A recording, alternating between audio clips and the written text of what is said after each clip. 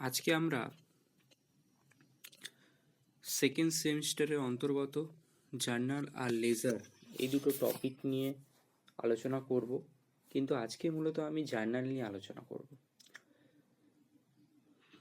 Journal করার সময়তে আমাদেরকে যে আমাদের সোনালী নিয়ম বা গোল্ডেন রুলস রয়েছে সেইটাকে মনে রাখতে হবে এবং তার ভিত্তিতে আমাদেরকে জার্নাল করতে হবে। সোনালী নিয়মটা কি? সম্পত্তি এবং খরচ বাড়লে আমরা ডেবিট করব, কমলে ক্রেডিট করব। আয় ও দায় বাড়লে ক্রেডিট, কমলে ডেবিট। এই নিয়মের ভিত্তিতে আমরা জার্নাল বা দাখিলাগুলো করব। এখানে আমরা দুটো প্রবলেম দেখতে পাচ্ছি।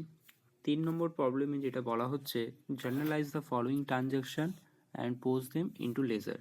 আমরা আজকে মূলত জার্নালটা করব। এখানে আমরা দেখতে পাচ্ছি 2024 সালের মে মাসে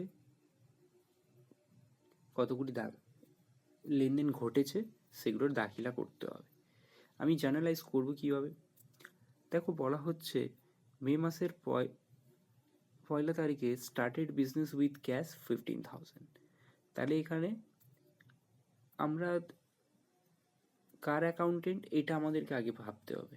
আমরা হচ্ছি ব্যবসার অ্যাকাউন্টেন্ট বা কারবারের অ্যাকাউন্টেন্ট, তাই মালিক যেহেতু ব্যবসাটা চালু করছে অর্থাৎ ক্যাশ টাকা ব্যবসায় নিয়ে আসছে, তাহলে এখানে কি হবে? আমার দুটো জিনিস এখানে জড়িত, একটা হচ্ছে ক্যাশ টাকা আর একটা হচ্ছে ক্যাপিটাল বা মূলধন। তাহলে ক্যাশ টাকা নিয়ে আসছে, তাহলে ক্যাশ বাড়ছে, তাই এখানে হয়ে যাবে cash account debit two capital. যেহেতু আমার দায় বাড়ছে সেই জন্য আমার কি হলো না, আমার ক্যাপিটালটা ক্রেডিট হলো। এবার আসি 8 তারিখের এন্ট্রিতে কি বলা হচ্ছে, পারচেস ফার্নিচার। পারচেস ফার্নিচার, এখানে আমাদের অ্যাটেন্স লক্ষ্য রাখতে হবে যে আমি ফার্নিচারটা কিনছি। এখানে পারচেস মানে যে আমি পারচেস অ্যাকাউন্টকে ডেবিট করবো তা কিন্তু নয়। যেহেতু আমি সম্পত্তি কিনছি তাহলে কি হচ্ছে, আমার ফার্নিচার বাড়ছে, তাহলে ফার্নিচার অ্যাকাউন্ট ডেবিট হবে। আর ক্রেডিট কি হবে? যেহেতু আমি ক্যাশ, এখানে কিছু বলা নেই, আমি ধরে নেবো ক্যাশে হচ্ছে, তাহলে furniture account debit to cash বা ব্যাংক। এই অবধি তোমাদের ক্লিয়ার হয়েছে? ফার্নিচার নামক আমার সম্পত্তিটি এখানে বাড়ছে আর ক্যাশ বা ব্যাংক থেকে আমার কি হচ্ছে, টাকাটা কমছে, সেই জন্য ক্যাশ বা ব্যাংক আমার ক্রেডিট হলো।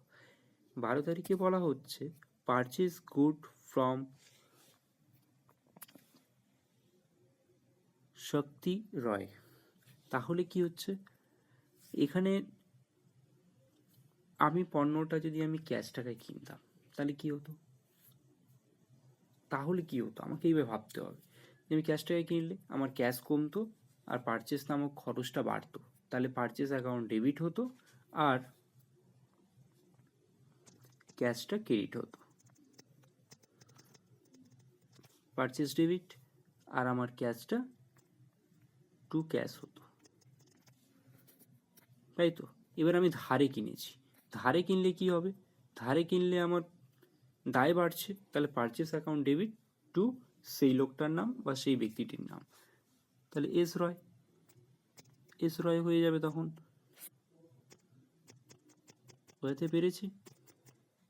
Sold goods to S Pandey, আমি সেল করছি পণ্য ধারেতে এস পান্ডেকে।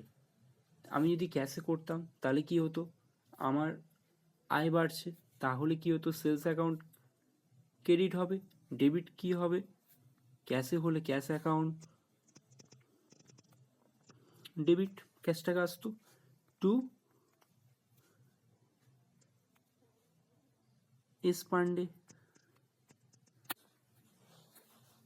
এখানে যেটা হচ্ছে, আমি ক্যাশ টাকা পাচ্ছি না, আমি ধারে করেছি, তাহলে ধারে যদি আমি করি সেক্ষেত্রে কি হয়ে যাবে, ধারে হলে সেক্ষেত্রে ক্যাশের পরিবর্তে আমি সেই ব্যক্তিটার নাম বসাবো, তাহলে এস পান্ডে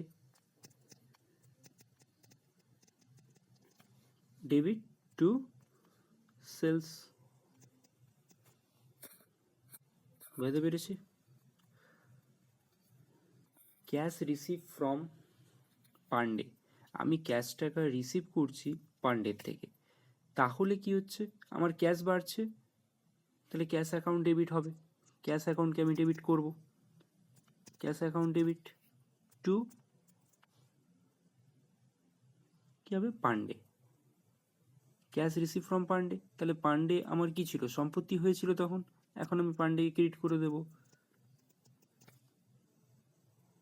তারপরেরটা বলা হচ্ছে 28 তারিখে ক্যাশ পেড টু শক্তি রায়, তাহলে আমার ক্যাশ কমছে, তাহলে সেক্ষেত্রে কি হয়ে যাবে, সেক্ষেত্রে আমার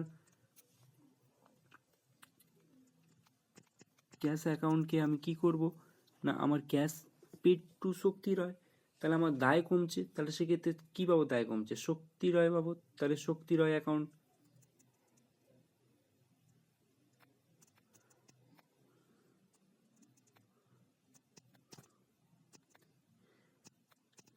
ডেবিট টু ক্যাশ।